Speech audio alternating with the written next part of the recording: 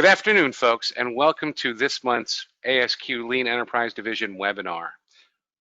It's entitled Lean Where You Least Expected, presented by Rosa Melton with a tiny little bit of help from me, Manny Veloso. And the organizers are Ellen Ermer and Manny Veloso. So our next webinar, Wednesday, December 9th, is going to be on Managing Quality 4.0 Quality Costs, presented by Daniel Zrimiak, who's an ASQ fellow and has so many ASQ credentials that they wouldn't all fit on the page. So we'll just settle with fellow. For those of you who've been here before, you know this already, but you can expect to get your RU's certificate within 24 hours of the webinar completing. And also, too, we'll be putting this video up on YouTube by Friday. So keep an eye out for that.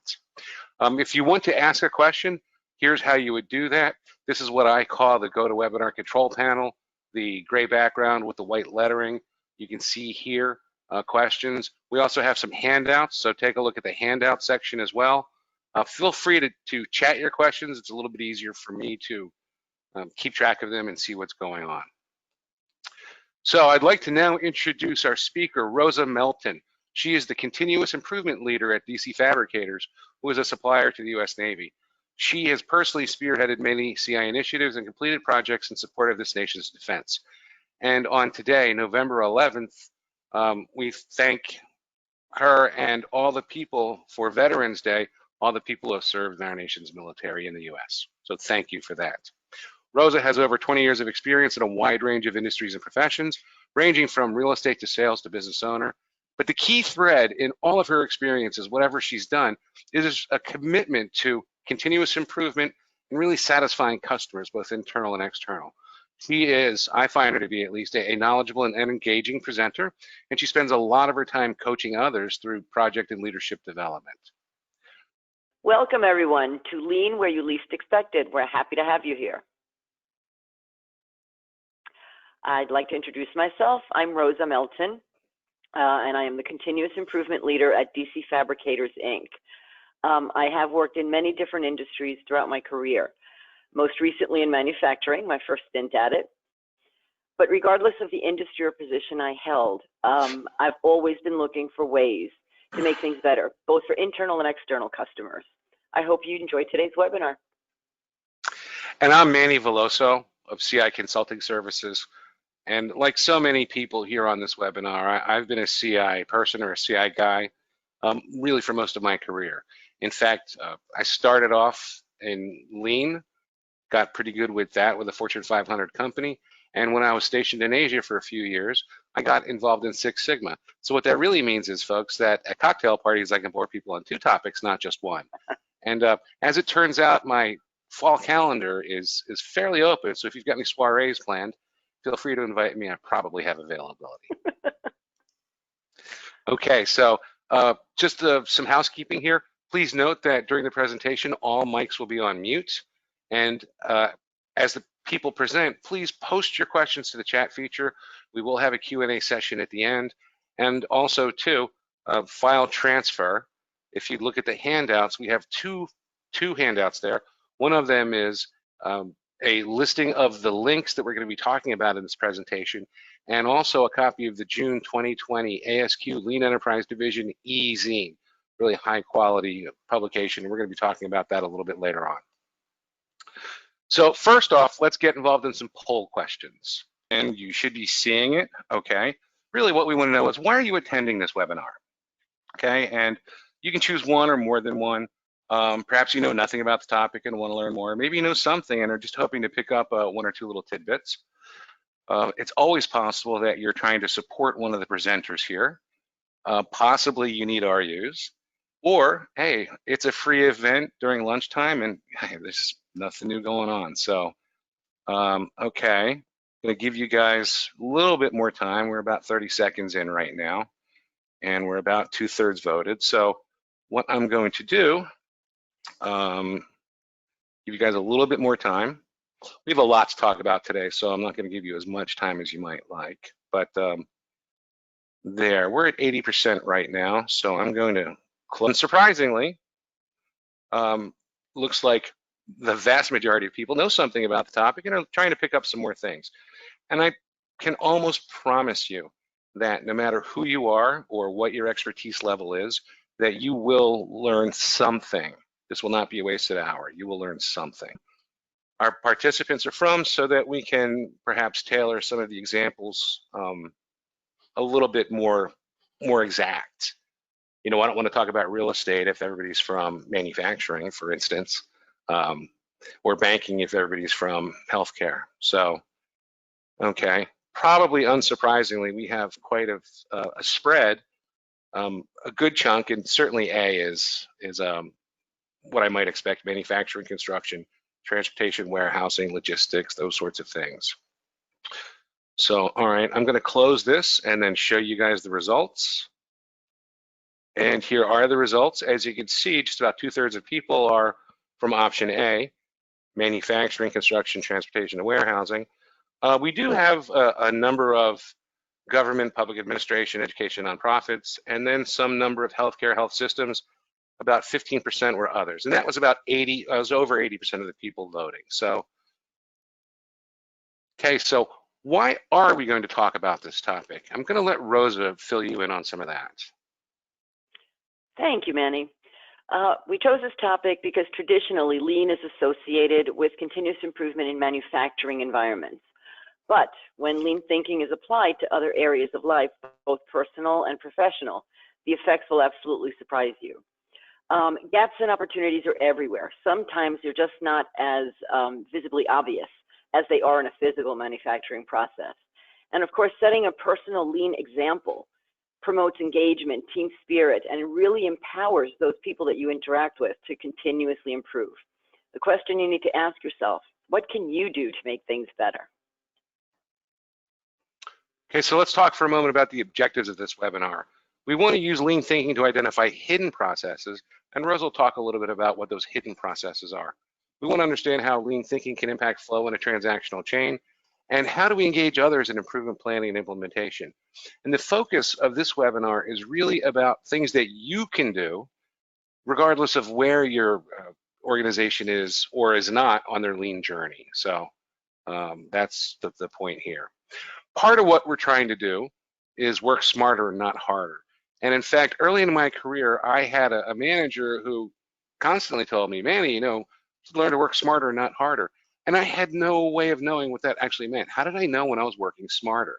I finally figured out that if I could come up with ways to save 20 minutes a day and still be as efficient and effective as I had been, that I was probably working smarter. Along the way, I also figured out that if we have fewer errors and fewer questions upstream and downstream, that really allows for less noise in the process.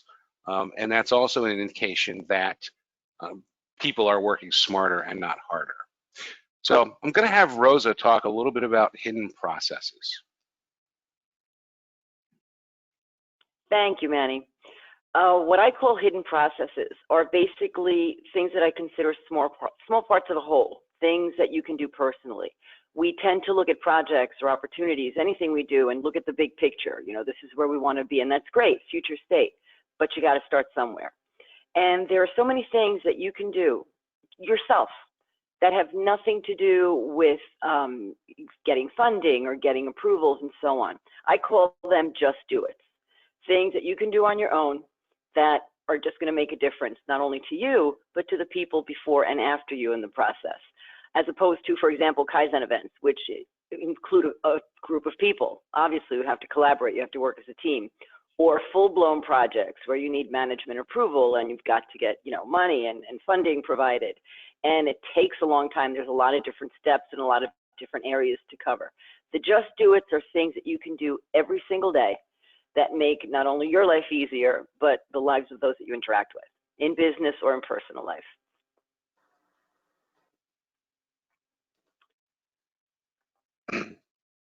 Lean ideas can be used everywhere. At home, here's just but a few examples. I particularly like the email to myself because then I know the next morning when I check my phone or my computer, I'm not going to forget to call whoever it was I was supposed to call or do those kinds of things.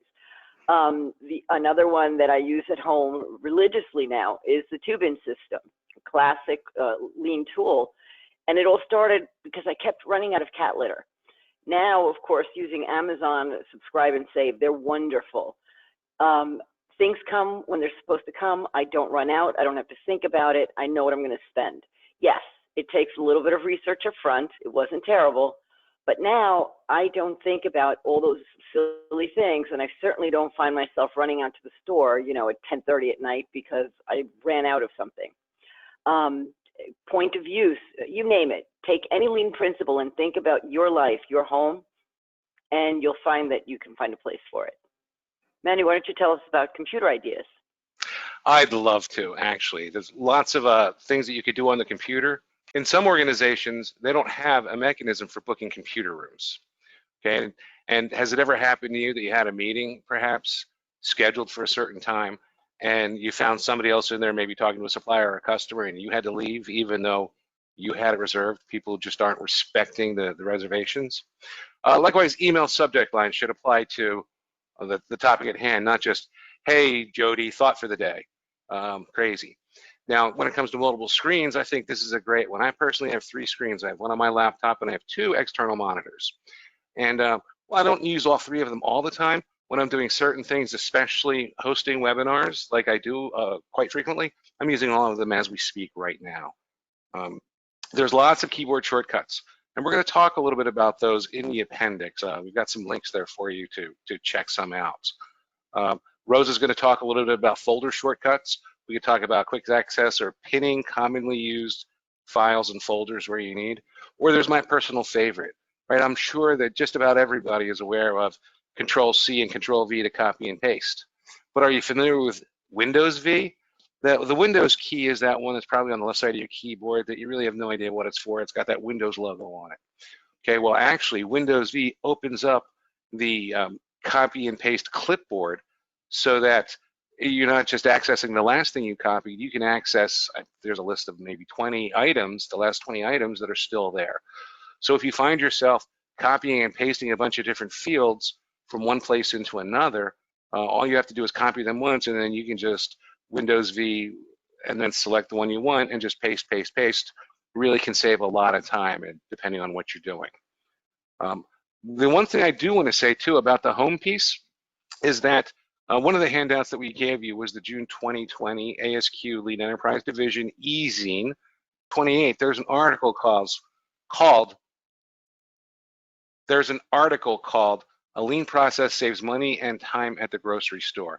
And a very practical example of this woman who used her professional business tools to make processes better at home, and the surprises that she found and the improvements that she was able to make in the overall process, and customer satisfaction being her spouse and kids. So Rosa now is going to talk a little bit about some ideas at work for that you can do. Thank you, and absolutely. Anything that's going to help, again, make your life easier, save time, saves money, and at the end of the day, it makes the whole company more efficient. I'm a firm believer of fillable PDFs and electronic signatures. When I first came on board with DCF, it's an old company, very old school, and everything was paper. So if a piece of paper, or an order or whatever, needed 5 approval signatures, somebody either had to carry around and get everybody's signatures, and God forbid if someone wasn't in and they left it on its desk, it usually would disappear forever and have to start over again. These now, we don't even have to attach them to an email. I mean, they're electronically centrally located in the directory, and basically the notification says, okay, we have this contract reviewed, directors, it needs all of your signatures. This is where it is. They go in, they sign it, not a piece of paper is printed, and we have record of it with everyone's signatures. I love, actually one of my pet peeves is file naming conventions, and we're going to get into that in a little bit more detail in future slides. It's not enough that you know what it is. You need to make sure that anybody else who needs it knows what it is and what it's called, so there's no guesswork involved. Lots of things, training, like single point lessons. Isn't it great? Wouldn't it be great if you got a new appliance, let's say a new washing machine, and it came with this whole little pictorial instruction thing that you would just know immediately how to use it without having to flip through pages and try this and try that. The same can be applied, again, at home, at work, company-wide, in your own personal space. If you don't remember how to do a drop-down when you're doing a spreadsheet, you know what? you can keep that little reminder on the side of your desk. You always have it in front of you. Yeah, absolutely. And if I can jump in here and just say training videos, you know, a real short video on how to accomplish a certain task in your computer system or where files are located can be really great. That way people don't have to stop other people and ask questions. They can just refer to this bank of really short training videos, single point lessons basically in video. So great idea. Great. Okay. So talking about files and folders and network directories, sort of interesting because how many clicks does it take to get to the file that you need? I've been doing some research on this lately and doing some time studies. I'm an industrial engineer, so I'm naturally curious about things. And what I found was if you know where you're going, it takes about 2 seconds per level to get there. And this includes actually even opening up your file explorer if it's not open.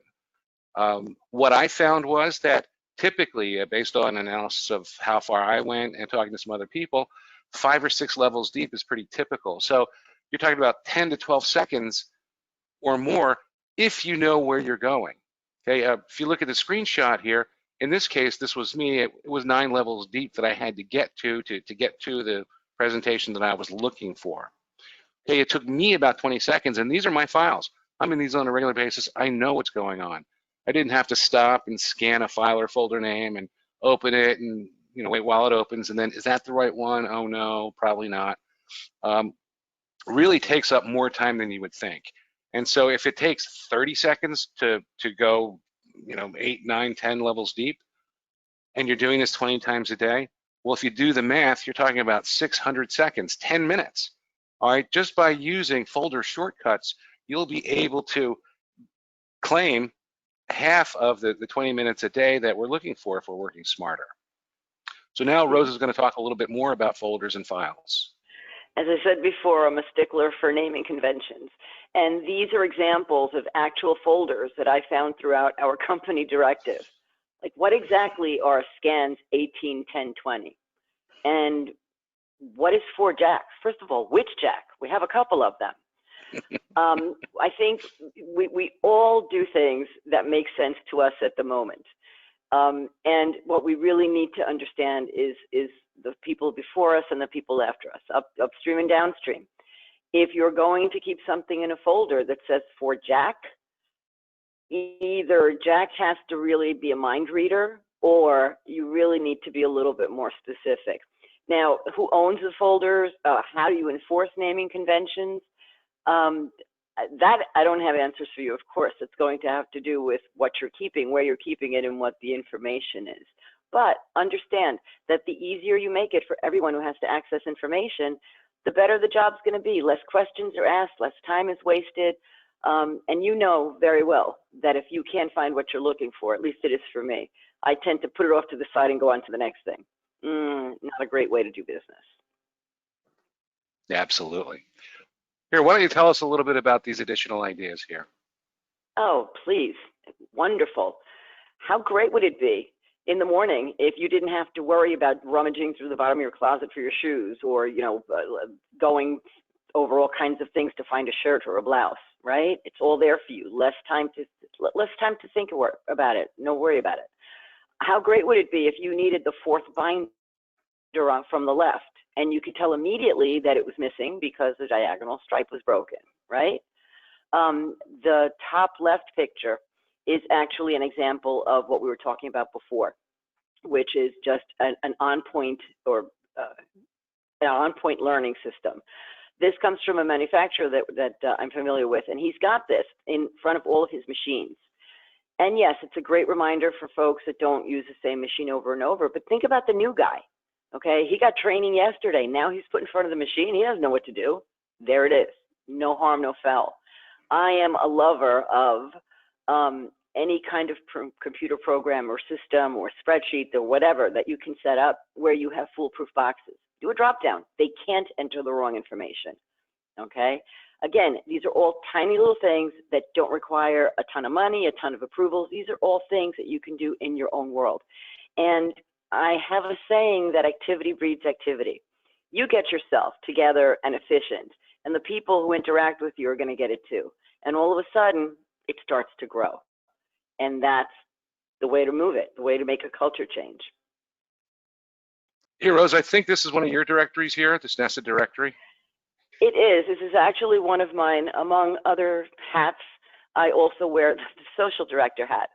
And we've been doing lunches at work, and we've done picnics and holiday parties, and organizing them the way we have here. It's the main directory on the left. It says social, and it's broken down by year and by category. For example, we had a senator visit. So if we wanted to revisit that, look at pictures, perhaps look at the itinerary that we used for a future visit, we've got something like that. If we want to copy the tickets from the holiday party for the following year, it just keeps it really, really simple. This is an easy example, but I have to laugh. After we put this slide together, I realized that this is my directory. In my own directory, if you look at the very bottom of the left-hand column, oh wait, there's a PDF in there that really should be somewhere else. So as I said before, I think we're all a little bit guilty of making it easy for ourselves. But the idea is that the next social director, when I retire to someplace fabulous, will be able to find exactly the information she needs for the social calendars or the social events that we've had. It's a small example, but that's the kind of ease and facility that you want to put in your directories. Any would do that. Yeah, I think the question, sorry, Rosa, I think the question becomes, well, no, who's going to fix that? And how many of your company directories look like that, where there's just things that are obviously out of place and nobody touches it because they're not quite sure why it's there. So everybody's sure that somebody's responsible for it. They just know it's not them. And these problems never get fixed, right? They just go on and on and on. So Rosa's going to talk, please. If I may, before we finish on that topic, we actually had someone in my office in the main directory who was putting in, their department directories, right? Who just in the main directory was putting in random photos of stuff. And somebody actually made a folder and titled it with capital letters, "Please move these files. They don't belong here, whoever you are." It was the most ridiculous thing. But sometimes that's what it takes. And guess what? They were gone pretty quickly after that. I'm sorry, I just had to share that. No, that's great. But you're on a roll here, so I think you should continue with how lean thinking impacts flow. Absolutely. I've mentioned before that we want to be aware not just of what goes on in our part of the process, whatever that process may be, but the people upstream and downstream from you. You have to there has to be an understanding. Communication is a part of it. Internal customer and supplier, are expectations known? I mean, are we working, for example, creating reports, really spending hours creating reports that we think people are using that they actually aren't, right? SOPs always crack me up. I know in our company, we have had people who could quote, some of the specifications and SOPs to the letter. And no, we can't do that because the SOP says otherwise. Well, guys, we wrote the SOPs, right? So as long as it adheres to our customer specifications, that being the Navy in most cases, why would we change it? Why would we not take something that's redundant out? Why wouldn't we do something a little bit differently so it's more accessible, right? Manny, I know you and I were talking about batching tasks. You had some experience with that. Well, yeah, when I enter my transactions in the QuickBooks at the end of the month, instead of doing it daily or weekly, it takes me much longer because I have to go back and I have to refer to things, what was this purchase and what was that? I mean, it's just silly. It's sometimes tempting to say, oh, I've had such a long day, I just don't want to do it. But all you're doing is kicking the can down the road. So not a great idea. Mm-hmm. Anyway, tell us about turnbacks and escapes, shall you? Turnbacks and escapes are terms that I use for two different types of opportunities, okay? A turnback, let's say, for example, if a requisition goes to purchasing and the specifications are not correct or the wrong drawing is being used to send out for purchasing to send out the purchase order. That's a turnback because we get it internally and we bounce it back to the engineer and say, listen, I think you better check your drawing. This is not the right thing, okay? That's a turnback. It's an internal faux pas, if you will, error, omission, whatever it may be. Escapes are when it gets out to the customer, okay? So In the same example, had that purchase order been sent with the incorrect specification or an incorrect drawing, or perhaps an earlier, not the latest revision of a drawing, for example, the customer got it from us. So, or not the customer, excuse me, the supplier got it from us. So what's going to happen? They're going to not make the part to spec. It's going to come in. It's going to affect our external customer because now we're going to be late with delivery. It's going to cost us money because now we have to do rework, right? So it's important sometimes to make distinctions when you're working on projects between turnbacks and escapes. There are things, and here again, it goes to the what can you do better? There are things internally that prevent turnbacks. And if you prevent enough turnbacks, you're going to ultimately prevent a lot of escapes as well, if not all of them. Great. So one thing that we find, I've seen this throughout my career, and perhaps you have too. The only reason why we got an order was because sales promised some ridiculously tight lead time. So they make a phone call and say, hey, get started on this order because, you know, the customer is expecting this and, you know, this is an important order. If we get this one, then maybe we'll get more. Well, and the problem is, so they'll say, okay, just start on it, you know, and we'll fill in with all the rest of the information required. All too often that doesn't happen.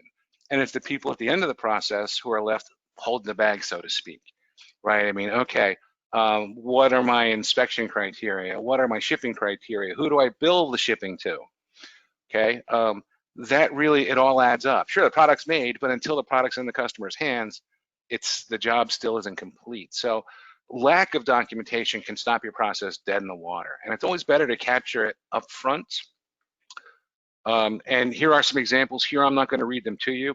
Anybody in the pharma industry or anybody that deals with batch records knows very well, though, that incorrectly striking out a notation on a batch record can, you know, cause everything to come to a dead halt. If you take a look at this, here's a new hire action request. This is one of those things that Rosa created because, oh wait, when she onboarded, it wasn't a very smooth process, and when she was in a position to be able to help others, she went through, talked to all the right players, the hiring managers, the HR people, and the IT folks, and said, you know, what is it that we need? And so this is a really great form that the hiring manager fills out. It says very well, or very clearly who's supposed to be doing what applications do these people need access to, what type of computer do they need, et cetera, et cetera. Another thing too, this is another thing that came out of Rosa's company was this idea of the PO tracker. Could you tell us a little bit about that, please? Absolutely. Years ago, when I first started, we had no ERP system, nor did we have any way to track purchase orders except to pull open a file and sift through reams of paper. Initially, we went from nothing to, we created a spreadsheet with all kinds of formulas in there so that we could use it as an electronic receiving manifest, as well as tracking POs. Is it open? Is it closed? Is it partially shipped? Is it late? Is it early? Has a vendor defective material report been written against a PO? All of that information was in there. As you can imagine, in Excel, it was incredibly tedious, but it got the job done. When you needed information, everybody had access to it. We were able to see it very easily. Did this come in? You didn't have to call shipping and say, hey, can you check on? Pull it up. It was there. Then, of course, we segued into an ERP system. And any of those of you have done that, have had that lovely opportunity, know that it's, you know, death by 1,000 cuts. It's brutal, the overlap. It's been almost 2 years now, and we finally have a PO tracker, if you will, within the ERP system that people are comfortable using and that gives us all the information. We've added some information to it so that one of my other jobs, I guess, I create supplier scorecards quarterly, and we rate our suppliers on material quality, documentation, and on-time delivery. So we've added a dashboard, if you will, that gives us all that information. It's just about, again, making life easy for everyone. If the production planner needs a part and can't find it, he can pull up the part by part number. He can pull up the PO and see if it's been delivered or not, if it was delivered defective, and what the situation is. Again, information is everything. Like the new hire action request, like Manny said, everybody, when a person comes in now, they have everything they need, from their badge to clock into the facility, to access to the programs that they need. They're scheduled to be at the meetings they're supposed to be from day one. So it's easy. Right, absolutely. The one thing I want to say about the nothing to the spreadsheet to the Epicor was, for years when I was doing some consulting work with Rosa, that's how I met her. They kept saying, "Oh, don't do it. Don't worry about it. You know, we're going to get this ERP system. It's coming. It's coming. It's coming." Okay, I was there 3 years consulting, and how many things weren't done because, oh wait, this magical mystical unicorn named Epicor is coming. And finally, what they had to do was Rosa put in the spreadsheet, and it was better than what they had before. And then Epicor, once the bugs got worked out, were even better since. So, Rosa, I think you're going to talk to us a little bit about gauging others and improvement planning and implementation. Absolutely, absolutely. I think I get asked a lot, where do ideas come from? And when I'm working with a new team of people, kind of enlisting them in the CI Army, ideas come from anywhere. Yes, very often you're looking, or I am anyway, I beg your pardon, variance reports, scrap reports, complaints, errors and omissions in paperwork. Yes, that's all really valid. But truly, one of the best places to get great ideas for wonderful improvements that are really going to affect people is conversations. Challenge assumptions. When somebody says to me, no, we can't do it that way, why not? Why not? I'm fond of saying, the rotary phone in my kitchen in 1996 is not broken. I just don't use it anymore because there's a better way, right? So those are some of the assumptions, but conversations with other people are the key. If you want to go to the next slide, Manny, there's a story to be told here. Sure, absolutely. Okay, if you want to cover it, you're more than welcome to. Nope, you go ahead.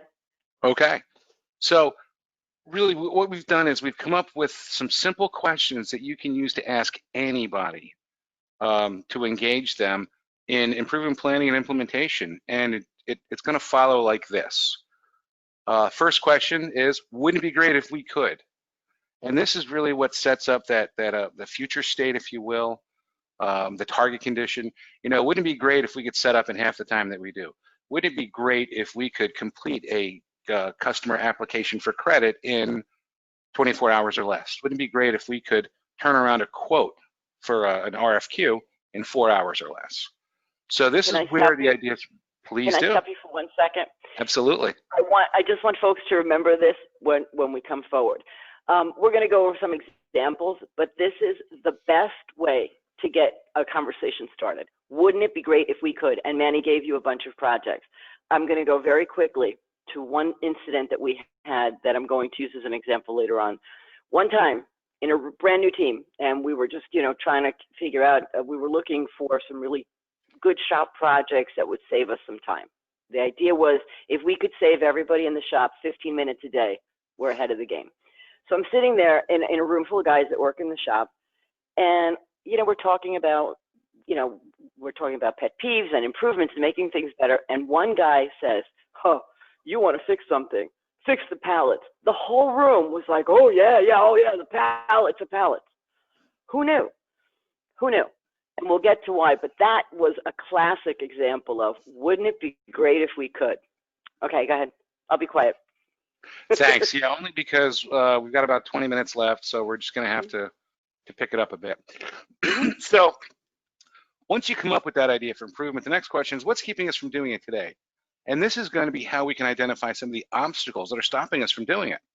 If it's really such a great idea, what is stopping us from doing it today? And that's when you should take it and write it down, because after all, right, as somebody I know says very often, it's just conversation until someone writes it down and then acts on it. So pretty important there. Third question, well, what if we tried this? And here's where we're trying to develop countermeasures now for those obstacles that we've generated. And this really is, how do we challenge the assumptions that are going to impact performance? Next question, we're doing a little reflection now, right? How did that change work out? Did it work out? Some changes do improve the situation, some make it worse, and some improve some things but introduce other issues. So this is a chance now to reflect on that, right? So we're evaluating the success and seeing if we need to do anything. Last question, what should we work on next? And this is the idea where we rework the countermeasure we just implemented, or we move on to the next obstacle. And really, I call these Kata for the real world questions, because Kata is great, but there are some practical issues that I've seen with it.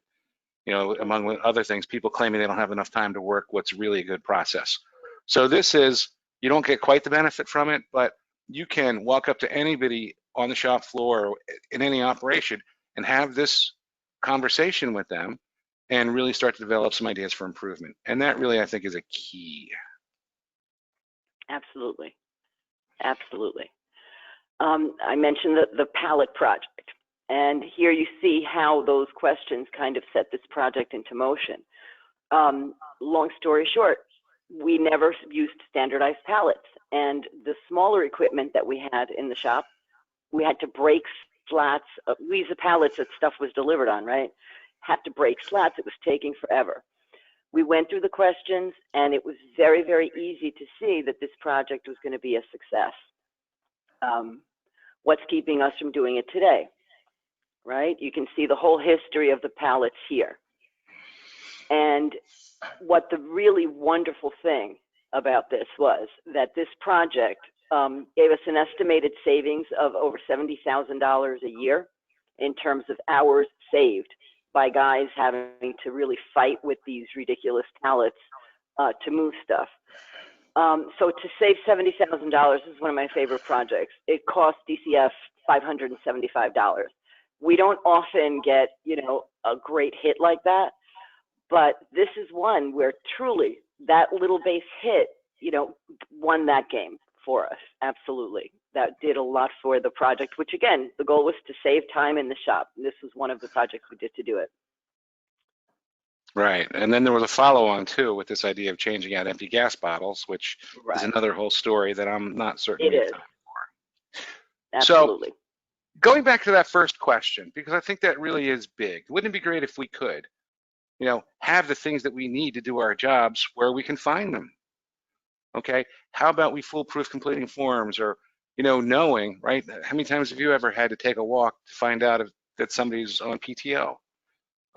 So on and so on, right? I mean, whatever your end of this question is, that could be the launch for your personal and other lean journey. So I think that's important. Almost equally important, or equally important perhaps, I'll say, I think Rosa's going to talk a little bit about celebrating success. Absolutely. Absolutely. I think from a personal level all the way up to a corporate level, all right, people, in my opinion, have gotten used to the complaint department, okay? You get great service in a store for 5 years and somebody really does you wrong. That's the time that you speak up and you say, you know what? Manny didn't do, okay? Celebrate the successes. Catch people doing something right. Rather than when someone proposes an idea or says, you know, wouldn't it be great if we could? You don't stand back and go, nah, you know, we do it this way, or no, the other. Yeah, let's try it. Make it visual and share the wealth. Publicize results. Share the wealth. Because if you do something on a very personal level, you're part of the process that makes it easier, not only for yourself, but before and after you. That spreads, okay? That starts to spread, and before you know it, your little army of one has become an army of 50. And that's, my friend, how you change culture. So, yeah, absolutely. Mm-hmm. So the other point that I would make is just this last one here. One question that I used to work at a multi-facility organization. We did similar things, and I used to love going around to visit those places because, you know, I would walk around and see some sort of innovation, could be something stupid, could be something big, that I could take back to my organization and use. And all too often, people are worried about their area, their facility, their process. So the question, that last question there, can we utilize this countermeasure in other places or locations, really refers to leverage. And that's where, you know, hey, look, you know, we developed this idea, can we use it elsewhere? And that's really an important thing. Exactly. The other thing that I would point out too is, so it's 1:45, so we're really just really beautifully on time here. That gives us 15 minutes for questions. although I haven't seen any questions yet. If you would please chat your questions. Also, too, before we get into the Q&A, if you haven't found the handouts, okay, they're in the GoToWebinar control panel under handouts. It'll say 2 of 5. And feel free to chat your questions or even your best practice examples. That's really one of the things that we're looking for. I still don't have anything yet, so what I'm going to do, I'm just going to move past that slide and go into the appendix, and I'll show that real quick while some people are going to chat us some questions or comments about their successes. Okay. So one thing here is, right, it almost wouldn't be a lean presentation if you didn't see this slide, the 8 wastes of lean. I know some people love downtime. I use Tim P. Wood myself and worked to develop this. I'm really pretty happy with this. Actually, I'm thinking about turning it into a poster. So if anybody wants a copy of this, please let me know. I'd be more than happy to send it your way. So we're talking about the links. And here are the links that we've got. I have to tell you, probably everybody that I know that uses a computer works, they know enough to be able to do their job. But how many times do you see people not doing things the right way or the way that you do? You know, like I was saying, instead of copying and pasting everything that you want, you copy it once and then Windows V and paste. So I have to tell you, these are some of the things that I absolutely love. One of them is this GCF Online Free, and it really is a lot of life skills, but especially they have some incredibly detailed Microsoft Office apps or Google Docs apps. Pivot tables certainly is something that you should be using if you do a lot of work. Pivot tables, filters, slicers. You can learn about those things on that site. I'm not going to go through each one of these. Some of them are videos. The next 2 are videos. If you haven't seen them, you absolutely should. They're short, and you'll be able to get lots of lessons from there. Let's see. The next one is an article that I wrote on LinkedIn. I like it. For instance, one of the things that I do when I'm touring a facility is I look at how much air they're storing in their racks, because that's an easy opportunity for optimizing space, especially in places that claim that they are space constrained. Okay, a couple of them are computer shortcuts. The next to the last one is my ongoing newsletter. Feel free to sign up for it. If you go to my website, you'll be able to do that and read some of the archives and sign up for the new stuff. The last one is this ASQ LED e-zine. And for anybody who hasn't opened that yet, this is a quarterly publication, 40 pages. I mean, this looks like a professional magazine that you would pay for. Oh, wait, you do with your ASQ dues. So really, you should take a look at it and then go sign up to get it quarterly. It's really, really crazy high quality. I know everybody gets Quality Progress probably, but this I think is at least as good, if not better, because it's more lean focused, which is what I like. So we've got some questions here. So one that came through on chat was, okay, I really like your questions. Have you used this on performance boards and part of huddles that you have at your organization? Yeah, so we didn't talk at all about Gemba boards. And in fact, Rosa could probably tell us a story or two about her attempts to put in Gemba boards and just some of the, well, we've never had to do it before, or why should we do it now type stuff. I don't know, Rosa, are you feeling interested in that? Yeah, absolutely, and that's a really tough hurdle to overcome. You know, we've never used it before, why do we need it now? And also the biggie, of course, the what's in it for me. Well, am I gonna have to keep this thing up? Am I gonna have to do it? At the end of the day, using those questions to understand what's going on at a given bay, at a given workstation, right? It's not about you having to stop and ask every single guy what's going on, because the supervisor might not be there, the welder might be in the middle of something, and it kind of keeps everybody on the same page, okay? Change of shifts, right? The next people coming in know exactly where they stand with that job. So yeah, we use the questions a lot to help people understand, as I said before, how things progress. And it's not just a project, how a job is progressing. Okay. Okay, yeah, you know, we tried this, but now we better try that because it wasn't as effective as we thought it was. Not necessarily when you're making a change, but also when you're doing things so that people understand what's going on. Yeah, absolutely. So we'll just go through some of the more chat, and there's really not a lot. We have time for questions. So one, somebody made a comment, and I do love this. She says, I had a 30-minute meeting with myself every Friday afternoon to Nice. think about the week and tie up any loose ends. I will now add thinking and acting on my own organization for time savings. So thank you for that. Oh, that's Somebody great. else, and this may be the same question. No, okay, it's a different one, but we may have to talk about this. Have you had experience with Gemba boards for transactional lean? Sure. And from order to delivery. So I can tackle that, and Rosa, you can jump in too as well. Yeah, I have used Gemba boards for those sorts of things. Maybe not all the time for order and delivery, but let me tell you about one time that we were actually tracking the progress of engineering projects rather, which if you can do it there, I think that the order to delivery part is not all that difficult. What you have to do is you have to generate and determine as a group what your milestones are. Okay, so for instance, different types of engineering projects have different milestones. You know, if it's a brand new development, then that's going to be a much larger cycle time with more milestones and approvals than if it's just a simple engineering change. So first we had to recognize that there were different types of things, right? It's not just an engineering project, it's, well, this is a new product development project versus a line enhancement versus a simple improvement.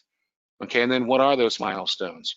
Okay, so for instance, for the new development stuff, you've got to develop the market requirements. What's the voice of the customer saying? Okay, you know, what do they want? Now, how are we going to do that? The design requirements now. That was another milestone. Okay, another one was prototype. You know, not to name them all, but prototype approval, drawings completed.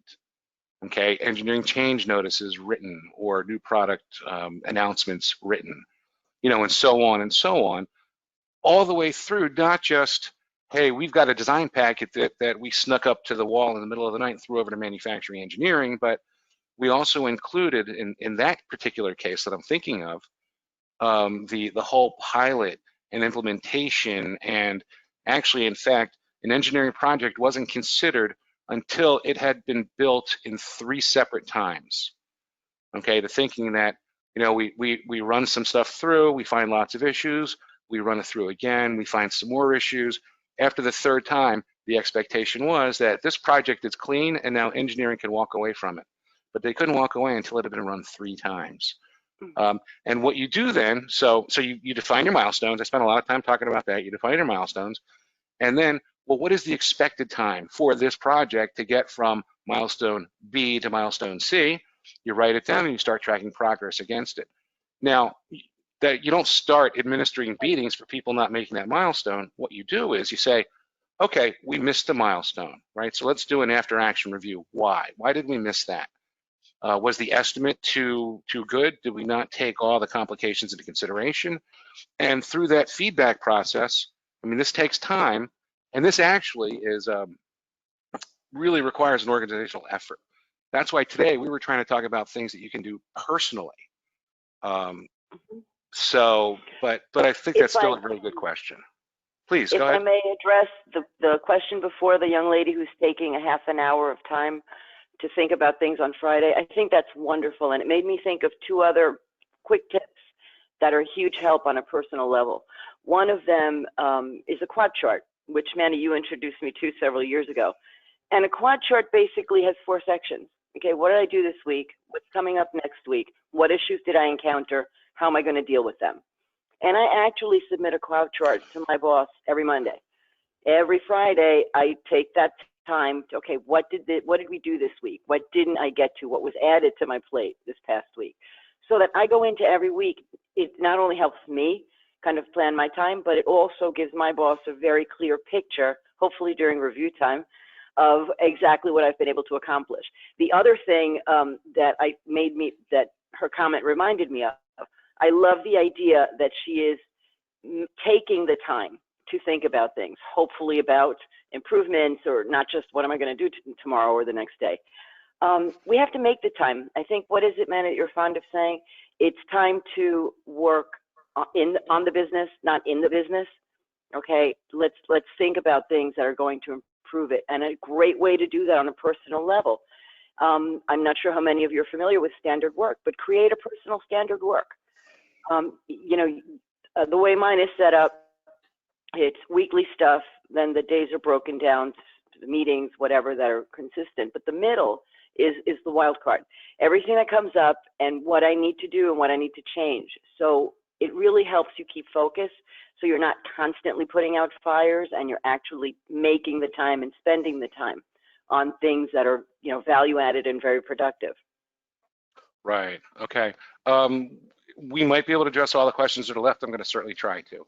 So one question is, what do you do in your organization to promote a culture of questioning cumbersome processes and vocalizing about the processes? That really is a great question. And honestly, I hate to say this, you guys have all heard this if you've been in the lean world at all. It starts at the top. Okay. It starts with it being okay to ask questions. Okay. Questions don't necessarily, they're not attacks. They shouldn't be. You know, it's like, hey, how can we as a group do this better? And, you know, if the organization gives you time and has expectations for, all right, you know what, we're going to give you guys time to work on your own internal processes, and we feel it's an investment that's going to pay off in spades, then that certainly you can do. Otherwise, you're sort of limited to your span of control. If you're the manager of a department, you know, how can you do those things? And not just give people time, but actually track them, right? Write down the improvements. Okay, how did we deal with that? How long did it take? I mean, it's easy to get trapped in a cycle of meetings, but that's where I think the questions and experimentation can really help out. But really, culture change, it ain't easy. I think when Rosa got to her company, there were maybe 2 or 3 people that felt that way. And then through training as well, we got believers. I mean, we did a number of waves of training. Out of 20 or 25 people in a class, we might consider 18 of them drank the Kool-Aid. Okay, and we're now, you know, actually trying to apply this stuff in the things they did. It's, you know, how do you erode a rock? Okay, lots of patience, lots of wind and water, and you know, constant movement. You're always moving forward and demonstrating. So really, what we're trying to do in this presentation was demonstrate how do you act out the example that you want others to follow. And that's really what we're trying to do here. You know, if you're efficient in your own things and you can visibly do things faster than other people or better, then people are going to start to listen when you say things. Another point that somebody says is, we've been doing similar things in terms of a click reduction campaign, but they didn't think about it in terms of lean. This is great, thank you. So that's just a comment. Another one says, as an organization, CI Army grows in numbers, who tackles not kicking a can down the road? And does that open the door to nurture champions to undertake Kaizen projects? Sure. Yeah, I would say so. I think you need that executive leadership, that the champion, the godfather, the godmother, whatever you want to call them, that person who takes a vested interest in actually working on continuous improvement. If continuous improvement is an organization on the side of the org chart, away from the main stuff of what the company does, then it's always going to be an afterthought. So again, it starts at the top. It starts with organizational structure. May I add something? Sure, please do. In terms of how to open up communication, I agree, it's a culture thing. But you know what, guys? 2 very key questions: why and why not? Okay, good point. Excellent point. Am I still sharing my screen? I'm not sure. No. Okay, got it. Oh, isn't that interesting? Huh. You're on your website. Okay, all right, great. Well, because somebody asked a question and said, hey, how do I sign up for your newsletter? And I guess I haven't approached my website as a customer recently, so good question. Apparently what happened was I had a website redesign and we missed that box. So thank you. If you want, send me your email address. I will be happy to sign you up manually, and I will have to review my website approval procedures. So thank you for that. Yeah, you know what they say about the shoemaker's kids, right? Yeah. They gotcha. So somebody else said, I have seen Gemba transactional in a law office. How do you handle the endless revolving door in the government when it comes to improvement opportunities? That may be two separate questions. Yeah. Yes, in fact, last month we did the idea of lean in law and healthcare. If you didn't see that with Jerry Rosenthal, that certainly was available. Good. How do you handle the never-ending revolving door in government when it comes to improvement opportunities? Yeah, that's a challenge. There's no doubt about it. I remember some number of years ago, the mayor of Fort Wayne, Indiana, proudly took on the Six Sigma and really strove to reform government there. I know the military, the Navy in particular, has spent a lot of time on CI. I mean, all branches have, but it's slow and steady. You know, this stuff's been around since the 50s, and we're still not what I would call really good at it overall. I mean, there's still lots of opportunities. Okay, so priorities changing yeah, okay. It's hard to read these questions. They're really very small. Even I tried to make it big. Okay, so somebody wanted a link to a quad chart. I'd be more than happy to. Again, email me, or better yet, ask me on LinkedIn. I'd be happy to send you a quad chart. I've got lots of documents and templates. So I do the quad chart at the end of each day, and then I use this information to summarize for the week, month, quarter, and year. And it's amazing the things that you've done when you start tracking it on a daily or weekly basis. So what is the best occasion to catch? What is the best occasion to catch for hidden processes? I would say just really being aware of the things you do. And you know, we talked at some point at about keystroke level, which I try not to do when we're looking at overall big processes. But if you're looking at what you do in order to accomplish some requirement for your customers, that's, I think, when you look at it. Other than that, we got a bunch of some great presentations. Okay. The CICS newsletter link broken on the PDF handout. Oh my gosh. Well, apparently I need to take some responsibility and along with my web guy. So, okay, I tell you what, if you want, just send me an email. I'd be more than happy to send you those things. And thank you guys. Apparently, we haven't been looking at this stuff enough. So having said that, it is now 2:03 on the East Coast, and we are out of time. So folks, thank you once again for taking the time. Really do appreciate it. Any comments? I think there's an exit survey that they're going to ask you to fill out. Please fill that out. We'd love to take a look at it and see what's going on. If you guys have comments for Rosa or me, again, connect with us on LinkedIn or send us an email, and we'll get a conversation going. Absolutely. Okay. All right, folks. Thank you. Hope you enjoy the rest of your day. Thanks. Bye.